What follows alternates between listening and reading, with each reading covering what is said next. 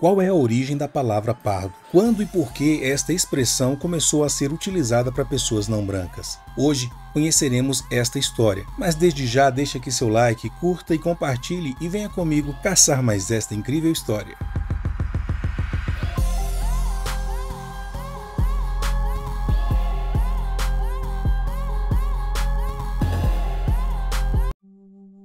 A nossa história de hoje começa em Madrid, na Espanha, mais precisamente no Palácio Real de El Pardo. A história do Palácio de El Pardo, ela remonta à Idade Média, quando o Monte de El Pardo era um dos lugares favoritos de caça dos monarcas castelhanos, os reis católicos. Existem registros documentados do coto ou área de caça com seu pavilhão desde o ano de 1304, mencionado no livro de Monteria de Alfonso XI. Mas foi Henrique III quem ordenou a construção da Casa Real em 1405, no lugar onde existia o antigo pavilhão de caça.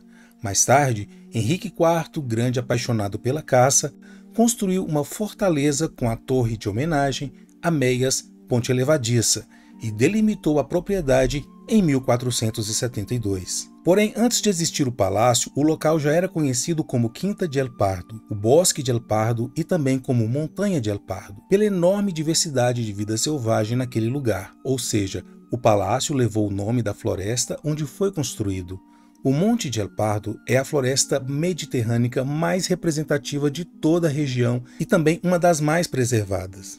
Mas por que este lugar levou o nome de El Pardo ou o Pardo? O mais antigo dicionário de língua espanhola, que foi escrito por Sebastián de Covarrubias em 1611, ele traz pelo menos 3 definições para a palavra pardo. Vamos conhecê-las. A primeira delas se refere justamente ao bosque de caça dos monarcas. Veja comigo. Pardo, o bosque de recreação dos reis, próximo de Madrid.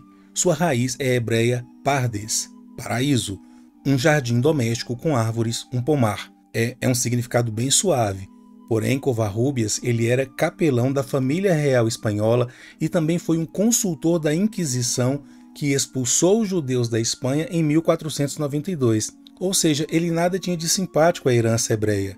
Mas também é preciso considerar que o nome El Pardo já havia na região antes dos reis a tomarem como propriedade particular. E havia sim ali em Madrid uma pequena comunidade de judeus, mas antes dos reis católicos a tornarem um campo de caça. Ou seja, é bem possível também que o Palácio de El Pardo e o bosque venha da palavra hebreia pardes. Mas vamos ver os outros 2 significados. O outro significado para pardo, animal feroz, muito comum na África, do latim pardus, do grego pardolis, que tem a pele com odor e manchada como olhos. E o terceiro significado que ele traz é pardo, cor que é própria da ovelha, o carneiro tem, desfiam, tecem e tingem e fazem panos. O que nós conhecemos como pardo tem tudo a ver com a cor? Mas é mais do que isso. Quando Covarrubias diz que pardo vem do latim pardus e do grego pardolis, ele nos dá uma importante pista para descobrirmos a origem desta palavra. Então, precisamos voltar ainda mais no tempo para entender a origem desta expressão. Mas também para entender como conseguimos trazer essas impressionantes histórias para vocês, com muito esforço, com muita dedicação e apoio, claro, de nossos membros, de nossa audiência e, claro, de nossa parceira Insider. A nossa jornada de hoje está apenas começando, mas nós já atingimos um marco incrível que é de 100 mil intrépidos caçadores e intrépidas caçadoras de histórias que se juntaram a nós nesta exploração. É uma conquista que nos enche de gratidão e alegria saber que estamos explorando juntos a história da humanidade. E para comemorar esta ocasião especial, nós queremos apresentar algo que tem sido o segredo de muitas de nossas aventuras. O apoio da Insider e essa bela tech t-shirt que me acompanha aqui nas nossas lives, nas nossas aulas. E o que faz essa tech t-shirt aqui ser tão especial? Durabilidade que desafia as aventuras mais intensas que nós temos, um tecido anti-odor para manter o frescor em qualquer ocasião, cores bacanas, vibrantes que resistem ao teste do tempo e o melhor de tudo, nunca mais ter que se preocupar com passar. É só vestir e sair para desbravar o mundo. O caimento é perfeito desta camiseta e vai te acompanhar em cada passo de sua jornada. E tem uma variedade de tamanhos para exploradores de todos os tamanhos, mas aqui vem a melhor parte. Em celebração aos nossos 100 mil exploradores, a Insider está oferecendo um desconto especial de 15% na Tech T-shirt e em diversos outros produtos. E esta oferta ela é válida até 31 de março, então não perde essa chance de garantir sua camiseta e se preparar para as novas aventuras que estão por vir. Pega seu cupom de desconto que está aqui na descrição do vídeo e também no primeiro comentário fixado. E continue explorando, continue descobrindo e juntos nós vamos desvendar os mistérios do passado e também do presente. E voltando agora para a nossa pergunta, qual é a origem da palavra pardo? Qual é a origem da palavra pardo? A palavra pardo vem de pardos e a palavra pardos é derivada do grego pardalis e se refere ao macho da pantera, um animal mítico conhecido como pard. Mas que animal era este pard? E esta origem é mais interessante ainda. E veja só, alguns animais híbridos são comuns, como as mulas, outros são menos comuns, como os onkeys, que são uma mistura do burro com a zebra, ou difíceis de serem domesticados, como é o caso dos cães-lobo, que é o cruzamento entre o cão doméstico e o lobo, e até mesmo apresentam problemas de saúde, como o caso dos ligres, que é o cruzamento de leões com tigresas. E há também animais que pensavam serem híbridos, mas na verdade não são. Por exemplo, o leopardo, que seria filho de um leão e um pard. Agora sabemos que os leopardos são, na verdade, uma espécie própria. Eles são filhos de uma mamãe leopardo e de um papai leopardo. Mas durante muito tempo acreditou-se que os leopardos eram descendentes estéreis e degenerados de uma leoa e de um animal conhecido como pard, um macho conhecido como pard. O pard era uma criatura semi-mitológica, aterrorizante e sedenta por sangue. Era assim que eles a descreviam.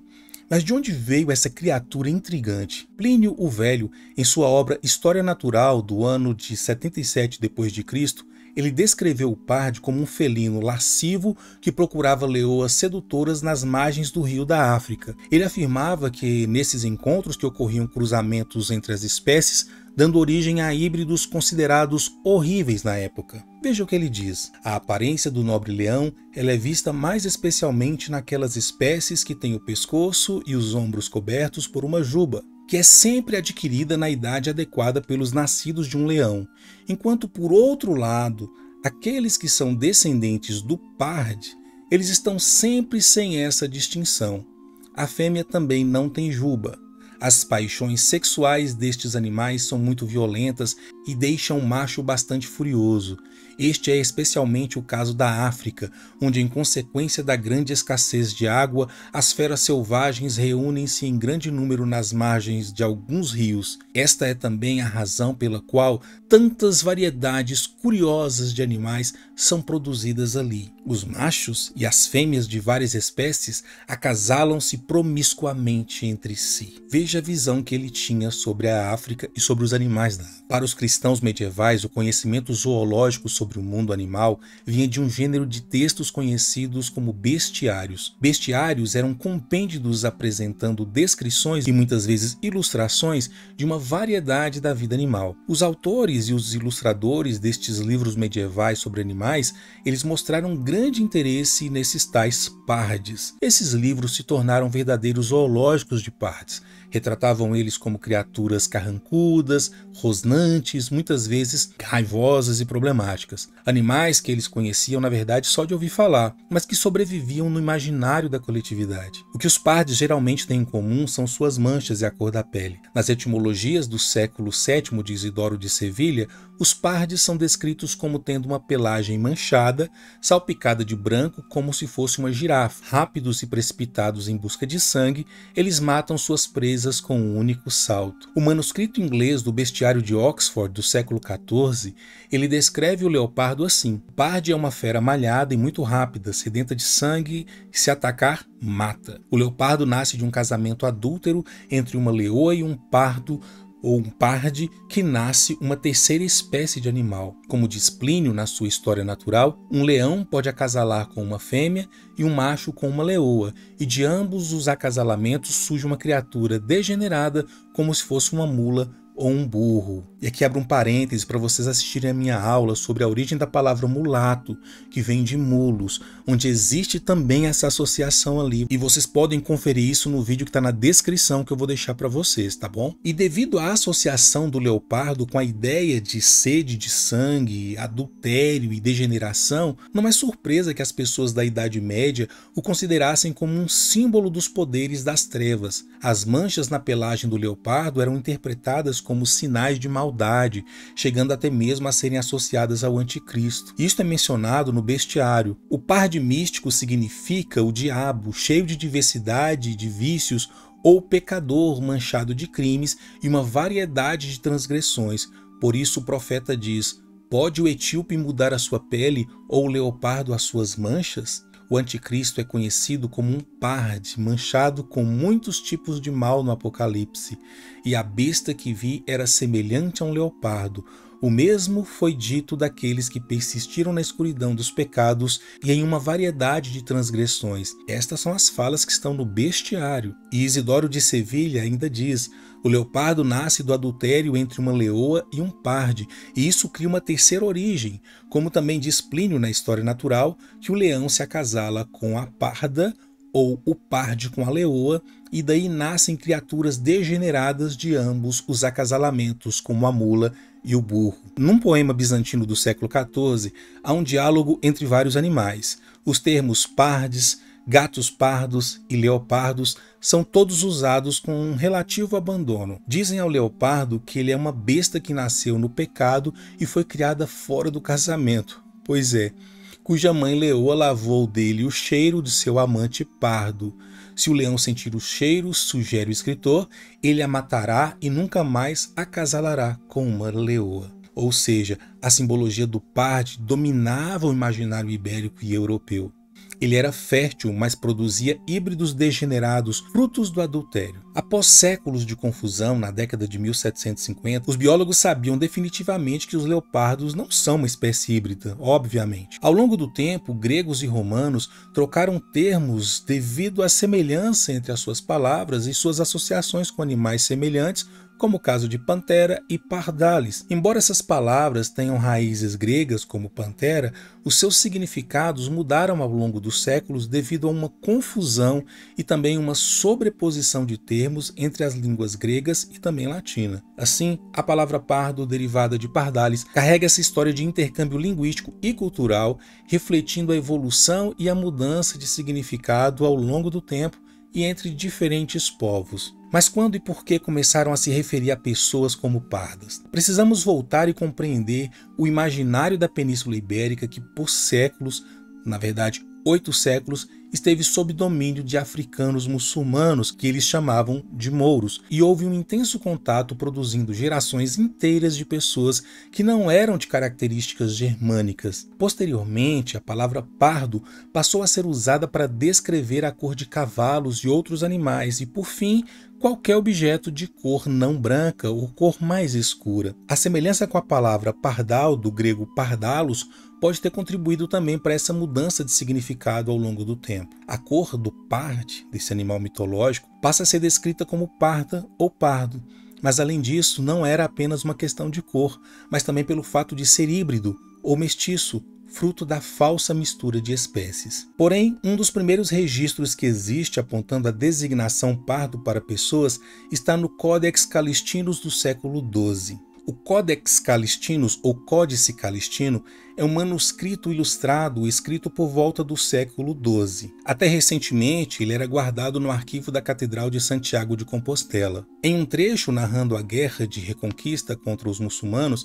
ele relata o encontro de Carlos Magno e de um rei sarraceno ou africano muçulmano, onde está escrita a seguinte citação. O nome desse rei sarraceno era Aigolando. Aigolando reuniu inumeráveis gentes, ou seja, os sarracenos, os moabitas, os etíopes, os mouros, os serranos, os pardos, os africanos, os persas e todos os aliados ao rei muçulmano. Mas quem eram estes pardos na qual o Codex se refere? Embora não seja exatamente claro a quem se referiam estes pardos, quando Pero Vaz de Caminha chegou ao Brasil com os navios portugueses com Pedro Álvares Cabral, ele narra em sua carta em 23 de abril a seguinte história: e o capitão mandou em terra Nicolau Coelho para ver aquele rio, e tanto que ele começou a ir-se para lá, acudiram pela praia homens aos 2 e aos 3, de maneira que quando o batel chegou à boca do rio, já estavam 18 ou 20, pardos, nus, sem coisa alguma que lhes cobrisse suas vergonhas,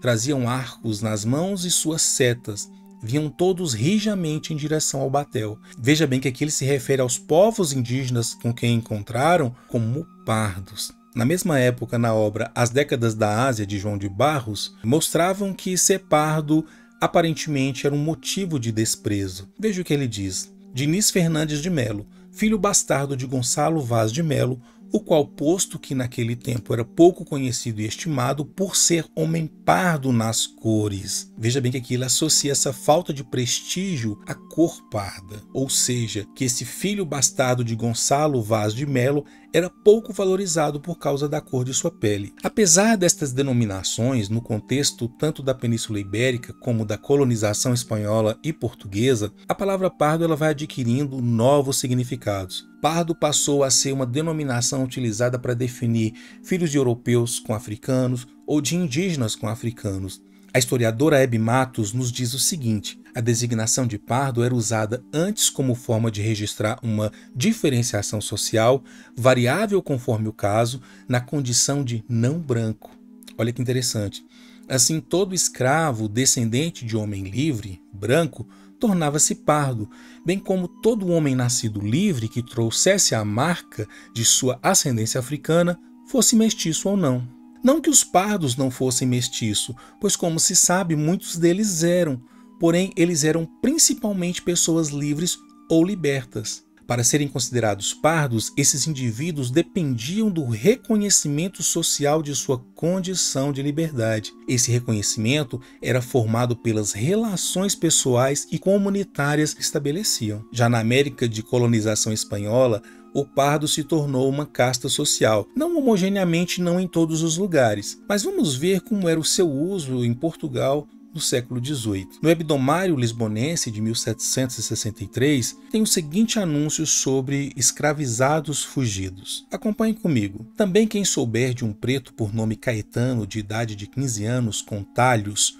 o comprido na cara, fulo com vestes e calções de pano pardo escuro, bastantemente rotas as mangas e as abas rasgadas, com um colete de baeta azul ferrete e um chapéu já velho desapresilhado. Fale com o doutor juiz do bairro da Ribeira e dá-se alvíceras a quem o levar. É muito interessante porque aqui ele se refere ao pardo como cor para coisa. Mas vamos dar uma olhadinha num outro anúncio do jornal Gazeta do Rio de Janeiro de 1814, um anúncio de venda de escravizados também. Veja o que ele diz: quem quiser comprar um escravo pardo, bom oficial de alfaiate de idade de 20 anos, dirija-se à rua detrás do hospício, do lado esquerdo, número 23, a falar com seu senhor, o qual dará por preço muito cômodo. No mesmo jornal, no ano de 1815, um outro anúncio diz: quem quiser comprar uma parda com um filho também pardo de idade de 5 anos, que sabe cozinhar, cozer, engomar,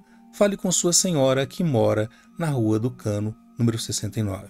Perceba que a mulher é parda, portanto, filha de um homem branco com sua mãe escravizada, e a ela coube o mesmo destino de sua mãe, também agora com uma filha de um homem branco, uma criança, lida socialmente como parda. Na América espanhola e portuguesa, a palavra pardo é usada para descrever pessoas nascidas de misturas destes encontros, geralmente entre europeus e pessoas negras ou indígenas, e também entre indígenas e pessoas negras. No contexto da escravidão, esta palavra carregava o estigma associado à situação dos pais ou das mães escravizadas, e estava intimamente ligada também à cor da pele, mas, sobretudo, à condição social. A palavra pardo ela carrega a marca antiga de um animal mítico, mas também o estigma associado ligado ao hibridismo e à suposta mistura racial e a todos os preconceitos envolvidos e desenvolvidos em torno desse conceito ao longo do tempo. Agora, o que é ser pardo hoje? É um tema para uma próxima aula. Este vídeo não é sobre qual é o uso correto da palavra pardo, mas para compreendermos como este conceito foi criado,